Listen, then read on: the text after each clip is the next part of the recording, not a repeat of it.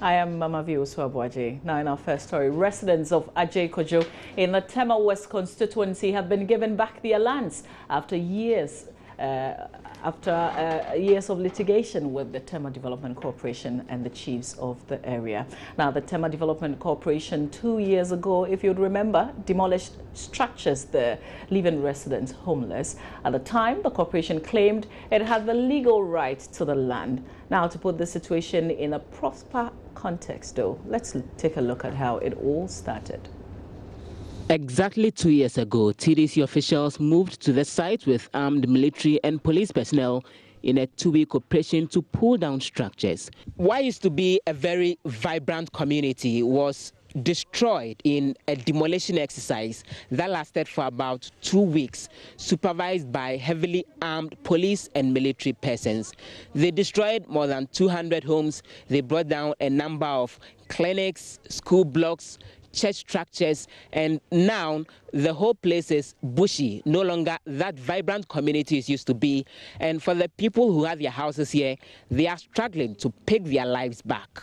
It has not been easy.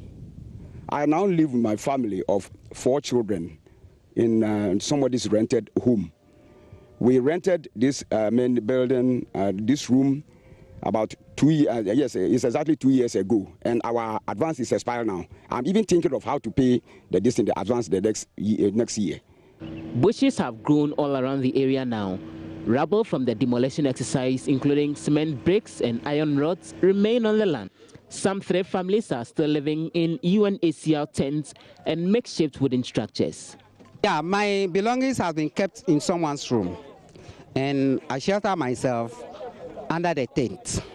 And then the easy, because the area has grown a bush, you can go any place at all and then ease yourself. We beg him to come and look for us, because where we are staying, sometimes we didn't get water. Even water and light, snake and scorpion, they are biting us. See, last month, a scorpion bite me at my armpit.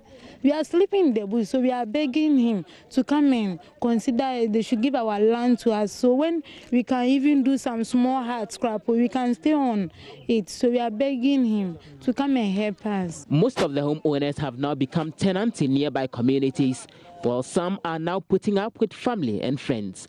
Today, they protested at the site, demanding a return of their lands.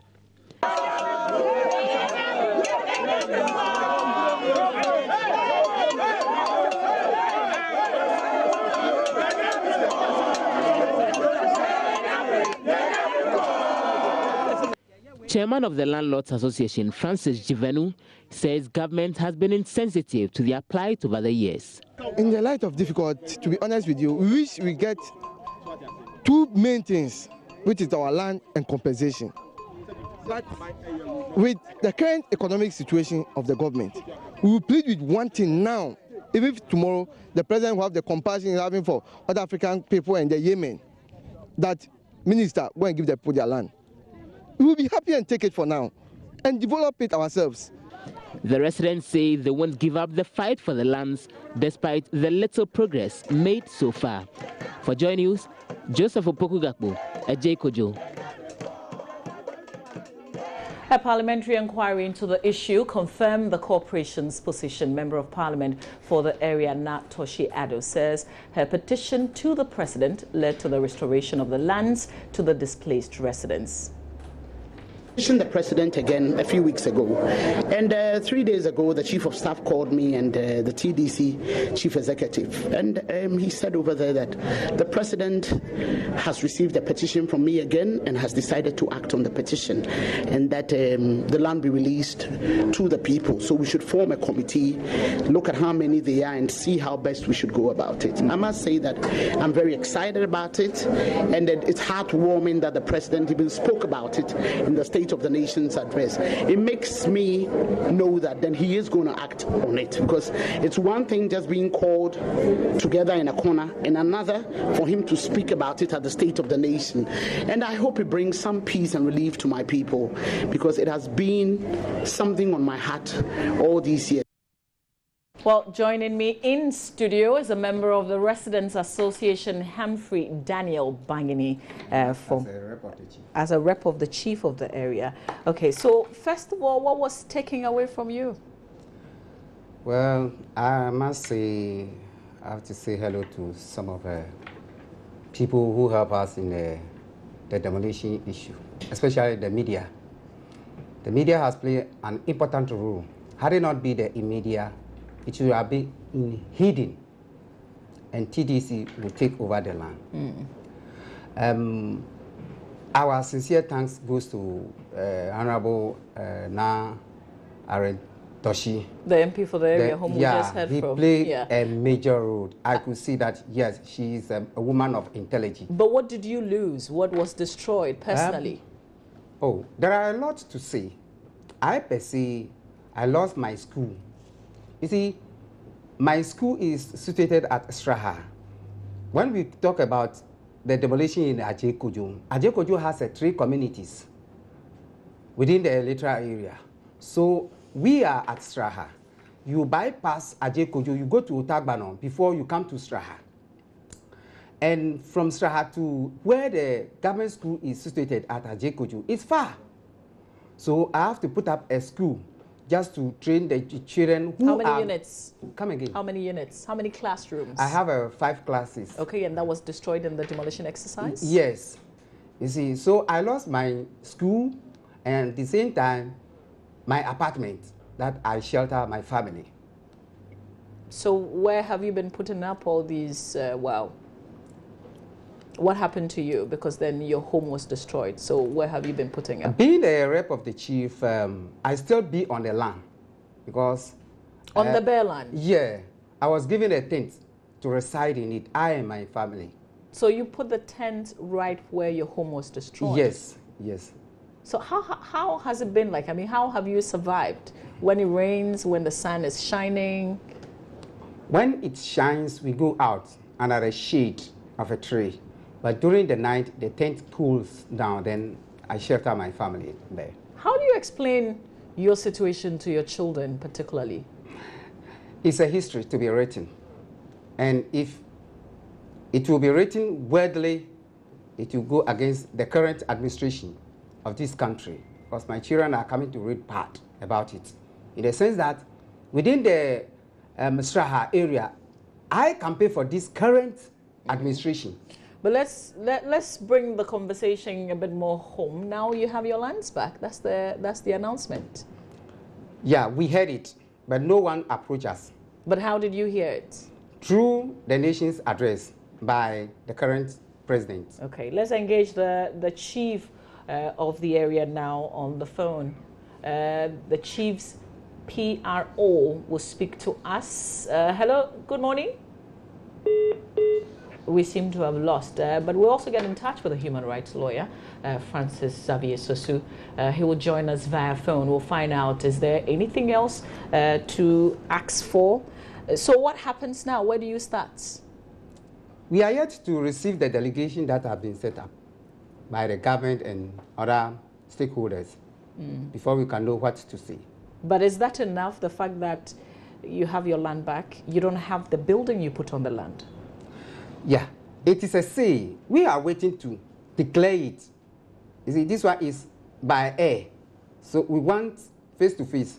Does it mean that you don't believe it? It's coming from the president. Well, we still need a delegate to confront us. Okay, so you want some officials to come to where you live, to come and tell you that you have your lands back. Yeah, involving the chief. Okay, but what else do you want? What else are you asking for? We are asking for 2 compensations. Social status. Because when we were being displaced, we went through a lot. And some of us passed away. We are being maltreated as foreigners in this country. You lost people. People died because of the demolition exercise. And people... Is there a certain number to the people who... Yeah, there are 5. 5 people. And 2 are now on... They are insane. Really? Yeah. How do you connect the death and the insanity to the demolition exercise? Well, that one, it will depend upon those who came and then do the rubbish. Just you come and then clear it. All right. We will speak to spokesperson of the chief, George Amaya, who is joining us right now via phone. Hello, George. Good morning. Good morning. Hello. Good morning to your listeners. Have you, and our viewers, I must add, have you received any official communication that the lands have been given back to the people? No, not an official communication. We heard it from the address that was given by the president yesterday, that order had been given to the chief of staff, the new TDC, with regards to giving back the land to the people. So we're just waiting to see how it's going to pan out. But what does it mean? What does the announcement mean to you and the people of Adjei Kojo? Certainly, we are glad. Now, the people, the family has insisted that the land was theirs, and then there was a lot of outcome with regards to the ownership of the land, the property. So what we've done is that we are extremely grateful that the president has given that order, but we know that the modality would have to be reached to know how they are going to go about it. And that is what we are waiting to see. But we are extremely grateful that decision was given. That decision was taken, and then we are looking forward to what is going to pan out from that decision that has been taken. What else is the chief asking for? Is the land enough? No, the thing is that there were properties worth millions of Ghana cedis that were demolished. Somebody might probably buy a land for 100 Ghana cedis, but then the person would have built a property of 400,000 Ghana cedi on that property, on the land. So if you come and you demolish the 400,000 Ghana cedi property, and then you restore 110,000 Ghana cedi land to them, what justice have we done to them? Do you understand? So what we are doing is that we hope seriously that after the land is restored to the people, some sort of compensation will be given to the houses that were demolished. I think that would just be fair. That is what we are looking out for. So the land itself, I believe, is not enough. What I think should happen is that some sort of compensation again should go to those houses that were demolished. My guest in here, Mr. Humphrey Bayini, I'm sure because he lives in the community, you may know him, says that 5 people have lost their lives because of the destruction of where they live. 2, part of the 5 going insane. Do you know about this situation? Yes, we do. Yeah, we do. The chief of Shaha actually had gone there, had met with the people, have sympathized with them. I personally have empathized with them, and as I said, so what amount of compensation would you give that is going to restore the lives that has been taken? I think that the decision that was taken by Tema Development Corporation was reckless. It was very reckless. And if you had just taken time, gone to court, taken a court order, the court would have probably given the opportunity to the family to come and also explain their stance to the court. And the court would have taken a decision on it. If the court had deemed that TDC had the right to go to the land and do the demolition, they would have done it in a proper manner. It was a reckless decision that was taken by TDC. Now the lives have been lost. No amount of money is going to bring those lives back. But at least what we ought to do is that the family that's left behind ought to get some sort of relief. As much as it's not going to bring back the life, at least a certain amount of relief is going to help them somehow. George Amaya, hang on there for me. Let me engage a human rights lawyer on this particular matter. Mr. Xavier Francis Sosu is joining us via phone as well. Hello. It's good to speak to you again. Good morning. Yeah, good morning, and a very good morning to your cherished listeners. Sure. We're back on this Adjei Kojo matter. Now the president has announced that the people can have their lands back. Is that enough? Well, I don't think that is enough. But in the first place, I think it's important for us to commend the president, for that bold step of giving the land back to the indigenous, the original owners of the land. And this is exactly what sometimes we keep talking about, that if all the stakeholders are engaged properly and we have enough consultation and talks prior to some of these reactionary moves and these demolitions, we would realize that there is always a middle way somewhere, and that things could be done properly without necessarily subjecting people to the kind of hardship and further deepening the economic woes of people who live in some of these areas. So obviously you would realize that this demolition has caused more harm than good to these people. And in my view, it is not just enough to return those lands to them, but I think government needs to move a step further, have further consultation with these people, understand their needs, and perhaps meet them halfway. Like some of the suggestions are going, people lost their lives, others have, suffered all kinds of levels of ailments and so on and so forth. I believe that government can engage further and see how they can arrange some minimal compensation for these people to properly resettle them. What would be your advice? Should they hire a lawyer and take government on so they can get some monetary compensation? Well, I believe that in the first place, that would eventually be the ultimate thing they may want to do, that they will get a lawyer who will follow up the matters for them. Because sometimes when you begin these conversations and you begin these negotiations, there may be good faith, but it could get to a point where this good faith could be broken. And when it is broken down, the best option is for you to go to the court and have the matter resolved by the court. And I believe that it will be appropriate for them to engage the services of a lawyer to lead them in this regard. Mr. Sosu, would you take on a matter like this? Well, I believe that many people who have followed the work we do know that most of these cases are some of the things that we do here. We would not mind if we have that instructions to represent them to do that. We will gladly do that because it is my firm belief that what happened was unacceptable, and it is good that steps have been taken to redress it. And I believe that that redress must be seen to its fullest end. It shouldn't just be a mere announcement, but we should see it really happen with the necessary compensation that will go with it. Mr. Francis Xavier Sosu, I appreciate your time this morning. Thank you. I still have George Amayao on the phone line. Before you go, George, are you ready to go to court? Hello, George Amayao. Yeah, I can hear you. Okay, so I'm asking, finally, on this matter, are you ready to go to court to enforce what is yours? Yes, certainly. But have you seen a lawyer yet? Yes, certainly. What we've done is this. We've since the inception of this whole thing, we've always made people understand that court was going to be a last resort. Because the committee was set up by Parliament to look into the matter. What we felt was that we should avail ourselves to the committee. The findings came out.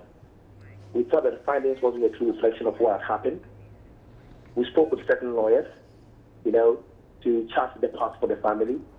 We have no doubt this order has been given by the government. What we intend to do is that we hope it's not cosmetic. We hope that they are going to look into it. They are going to restore the land to the people. They are going to give some minimum amount of compensation. So if those things are done, certainly the family will sit and see. Is it really necessary for us to go to court to be dead? If these things are not done, certainly we'll go back to court. We'll go to court to have these things addressed.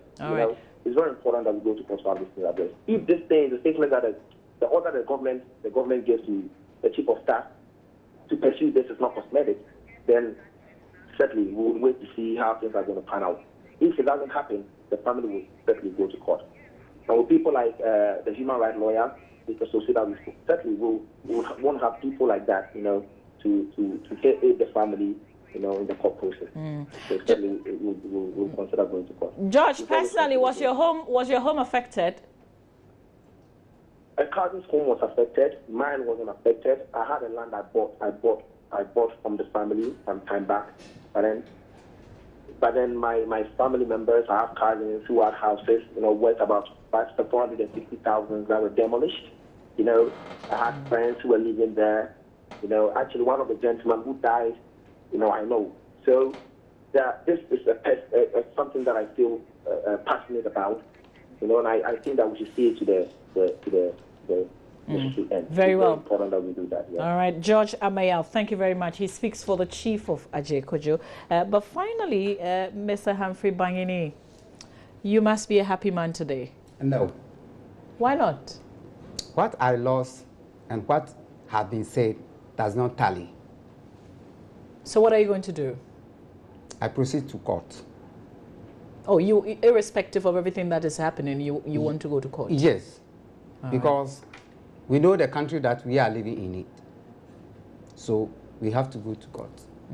All right. Court to justify what should be given to us. We'll leave our conversation here. Thank you for your time. That's a resident of Adjei Kojo, but also on the chief side, Mr. Humphrey Daniel Bangini joining in the conversation. One other important part of this conversation is how to reintegrate the people. We're trying to get in touch with a member of parliament. When we do, we'll bring that side of the conversation to you. This is News Desk. When we come back, we're talking football and FIFA. Stay with us.